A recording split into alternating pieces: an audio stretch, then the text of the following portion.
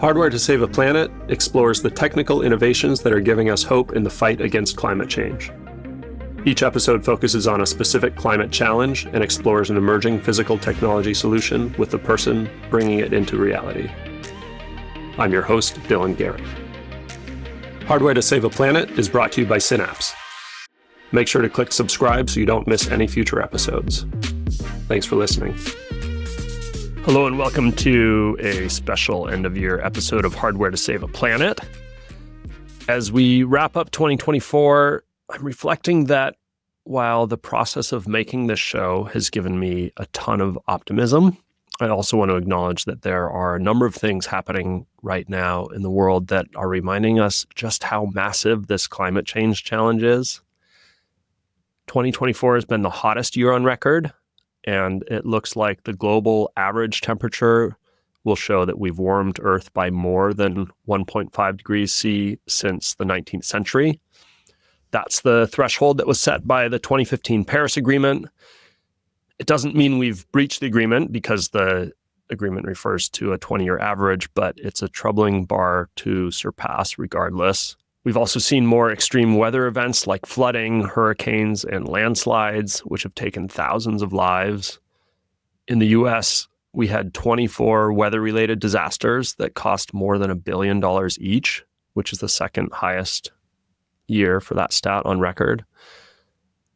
In the US, we also have a new administration starting in January, and regardless of your politics, most believe this could result in a reversal of some of the climate policy progress we've made recently.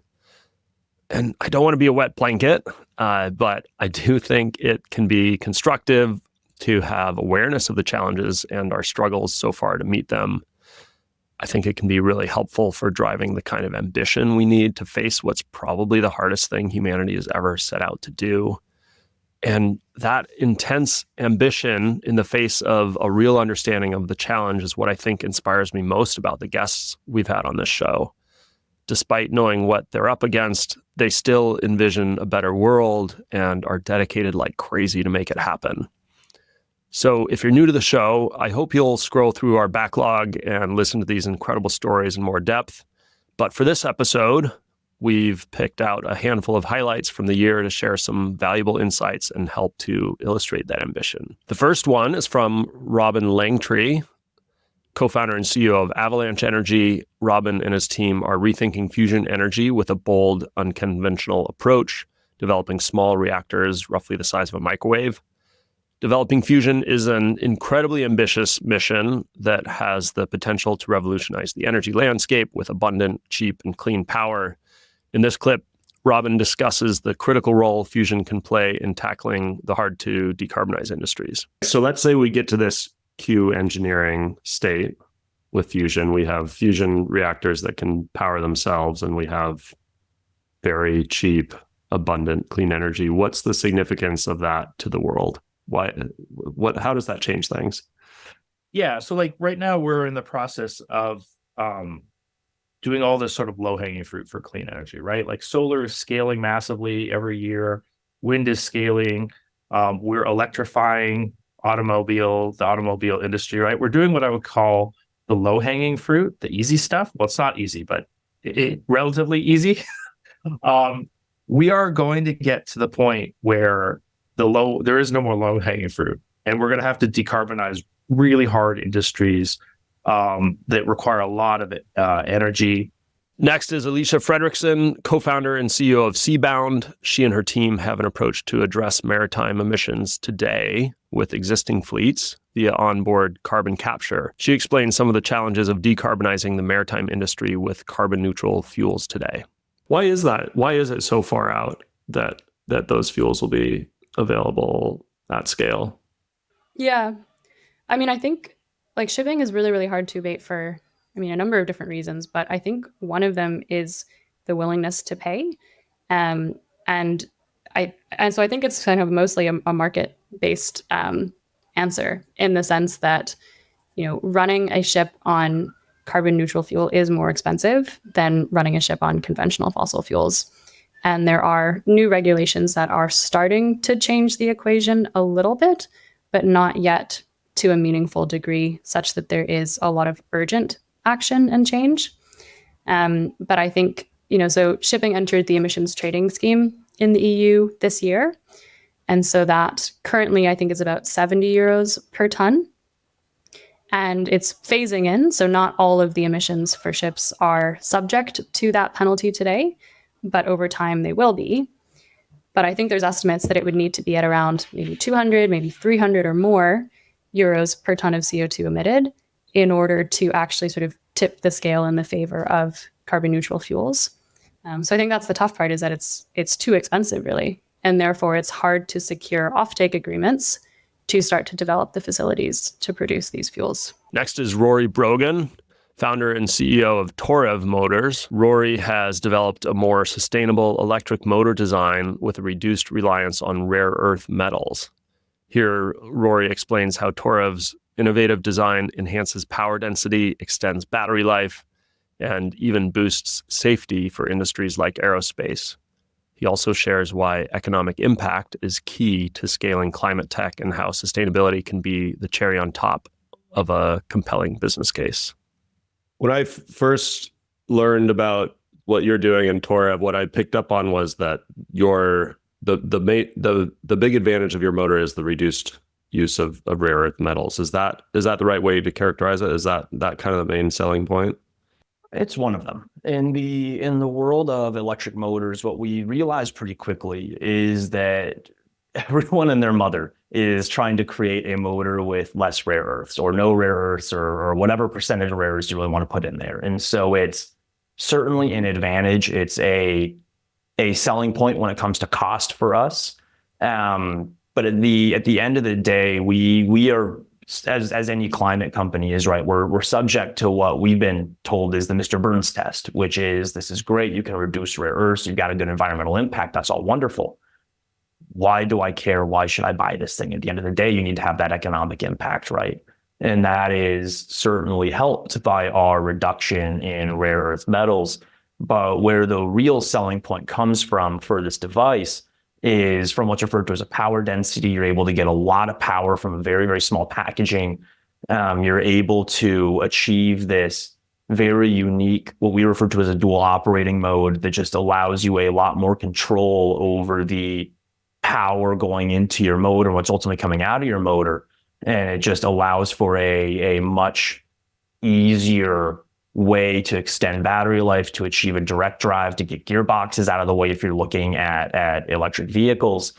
There is a host of frankly, even right before this, we were talking to an aerospace company, and one of the things they were pointing out right off the bat was, hey, 2 coils, extra redundancy. And when you're starting to look at electrification of aviation, right, you start looking at failure in motors, you need to be able to provide that level of redundancy. And so it depends a lot, honestly, on who we're talking to, what the real advantage is. But the nice thing that we get to point to for all of them is that there is a more sustainable solution. It's just more of a cherry on top, as opposed to the full selling point of the device. This next clip is from Daniel White, co-founder and CEO of Clean Crop Technologies, with an approach to improve the efficiency and efficacy of our food systems. Their innovative plasma seed treatment technology boosts yields, reduces waste, and cuts greenhouse gas emissions. Here, Daniel shares how global climate challenges, from shifting rains to extreme weather, impact growers, and highlights the need to help farmers buffer against these risks. Do you feel like your kind of perspective on climate change and agriculture and just what problems are important to be focused on was influenced really differently by all this global exposure than it would have been had you stayed in the US? Yeah, I think definitely seeing how climate change is creating very different problems in different parts of the world was really illuminating. So in some of the parts of East Africa where I worked, one of the biggest challenges they're running into is just shifting rains. And when you're in a lot of these tropical and subtropical climates, particularly with working with farmers without a lot of access to electricity or irrigation, the rain seasons are everything for the food security in those areas. and seeing how the impacts are different in places where those rains are getting more and more sparse, like has been happening in large parts of Kenya, versus other areas in Tanzania where the rains are getting more intense. And obviously it varies year over year. But seeing how the biggest impact there is not really structurally one or the other. Over a 10-year period, they're probably experiencing not a huge difference in total rainfall, but it's the increased volatility. And I think that's really been the biggest thing and the most alarming thing to me when I look across the different parts of the food system where I've worked is the planet macro level is getting warmer. In theory, on paper, where there's more parts of the world where you could grow for longer, right? So there's all these studies looking at how there's now parts of Canada where you could be growing crops that 10 years ago by the temperature you wouldn't be able to. And in some places that's true, but in a lot of places that's still not true because you have this increased frequency of these really extreme conditions, which really outweigh a lot of the potential benefits from theoretical increase in like the temperate growing zones. And I think you see how that plays out differently in different parts of the world in a way that shows that the fundamental thing we need to be doing for our food system today, more than trying to mitigate the impact of agriculture on climate change, is recognizing that the die is cast. And the biggest thing we can be doing is trying to help growers find ways to buffer against those climate risks one way or the other, and help them provide some training wheels or some factors of safety on that production any given year when they're going to see more drought, they're going to see more intensive rains, they're going to see heat spikes and cold snaps. All of these are part of climate change as experienced by growers. And really from the technology and the innovation side, we need to be focused on ways to help blunt those particular extreme events if we're going to preserve and expand food production the way we need to.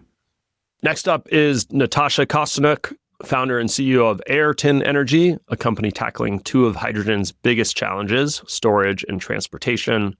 With their liquid organic hydrogen carrier technology, Natasha and her team make hydrogen as easy to move as diesel, thereby improving its potential to decarbonize hard-to-abate sectors. In this clip, Natasha explains why hydrogen is essential alongside electrification and how it can help bridge the gaps in our energy infrastructure. Why is it hydrogen instead of electricity electrifying some of these really hard-to-abate sectors we talk about?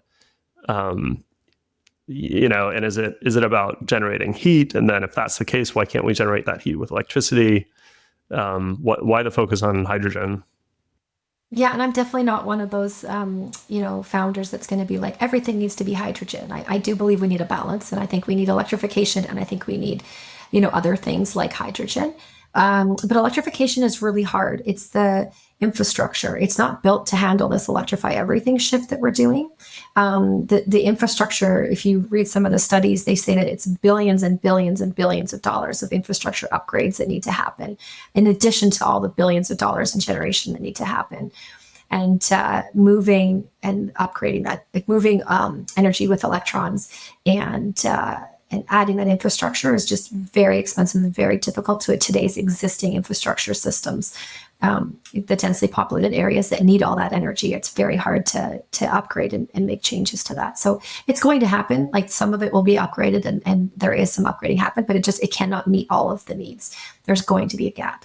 And that's where we think hydrogen can play a part in filling that gap. Next is Michael Rigney, CEO and co-founder of Kala Systems, with an intelligent heat pump water heater designed to reduce residential energy use and emissions. With water heating responsible for 19% of home energy use and 3% of U.S. greenhouse gas emissions, Kala's innovative solution could have a big impact. Michael shares his approach to scaling a climate startup, emphasizing focus, persistence, and the long-term potential to decarbonize all 125 million water heaters in the U.S. From a business perspective, you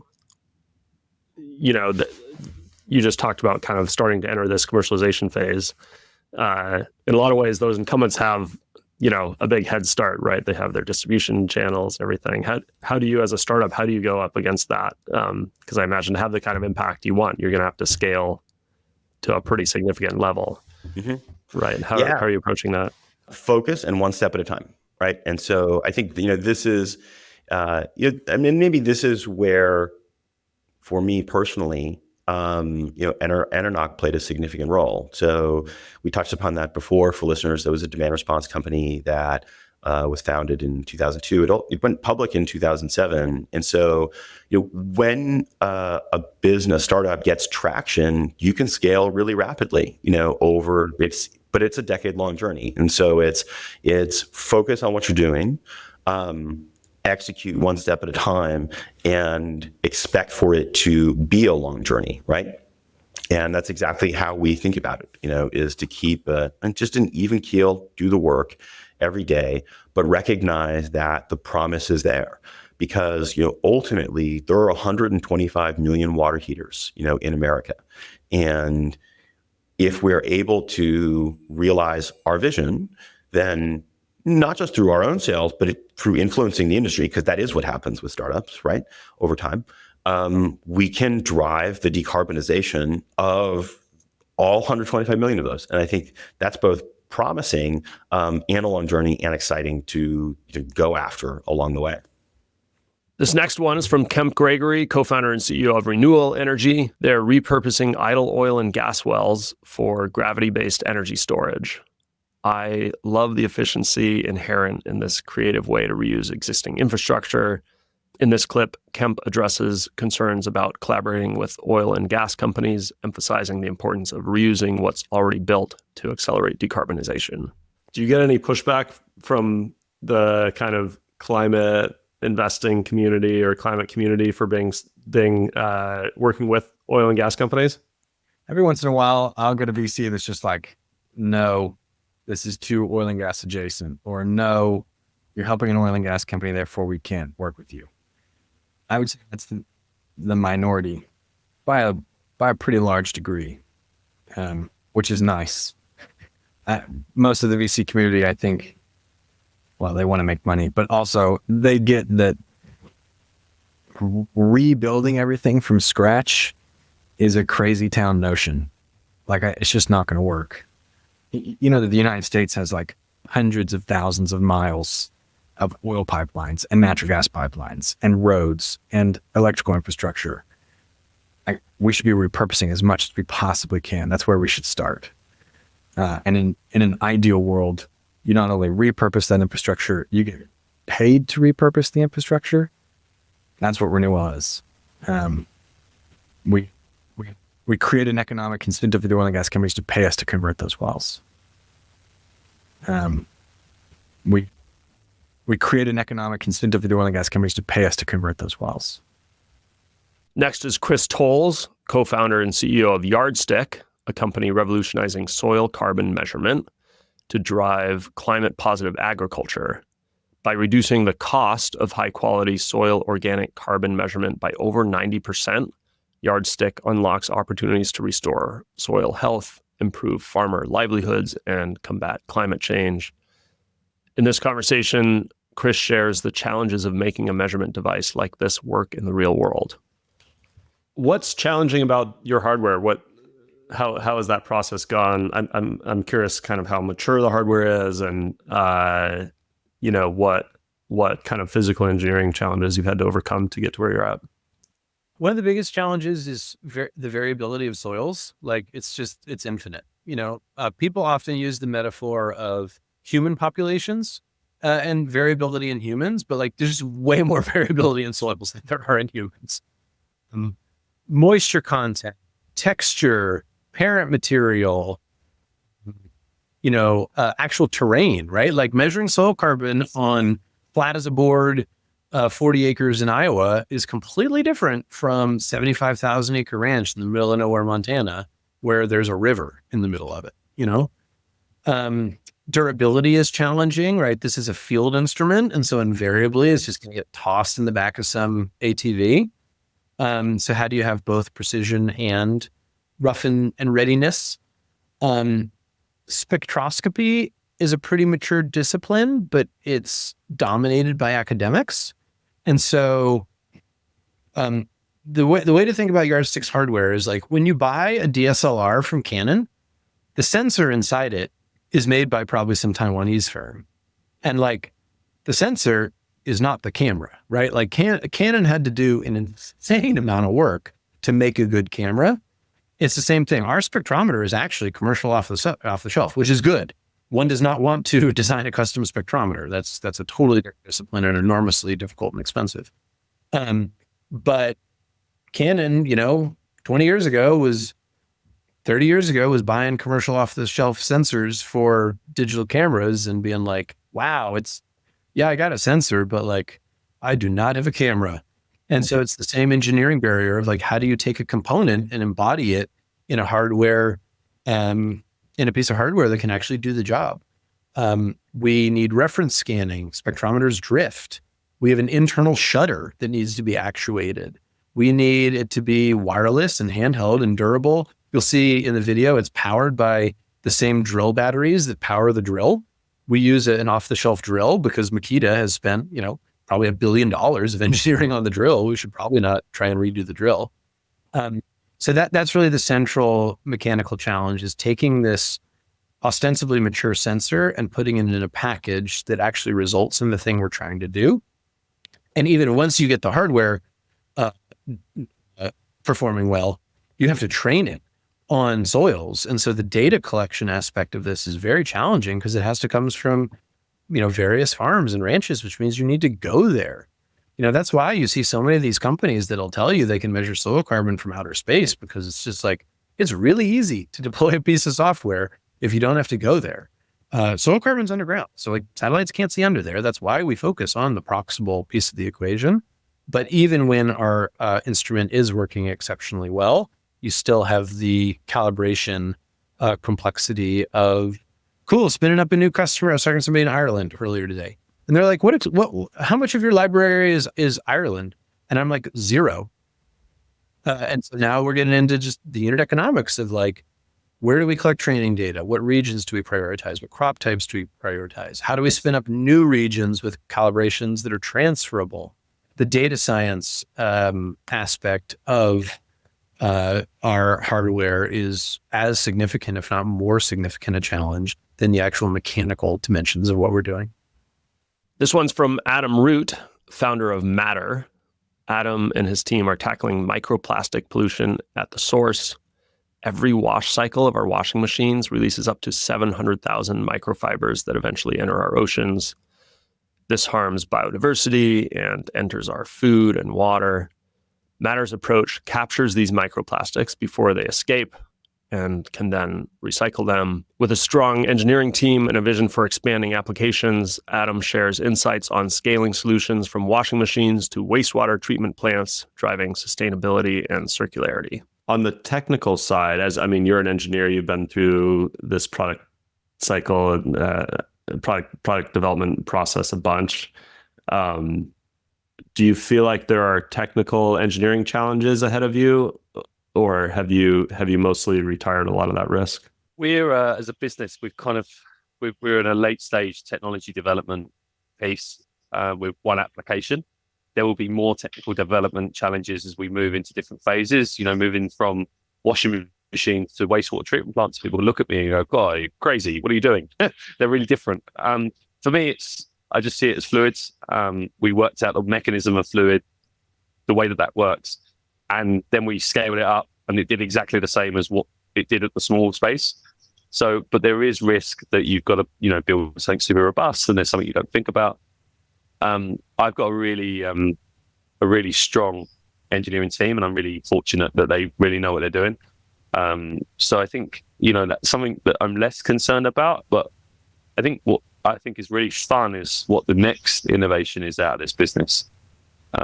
Where that looks, and I don't know what that is yet. We've got a couple of really cool ideas that we're working on, but I think the technology development we've done so far has been on a shoestring budget, and we just started really opening up our fundraising. We really started kind of doubling down on building a team out.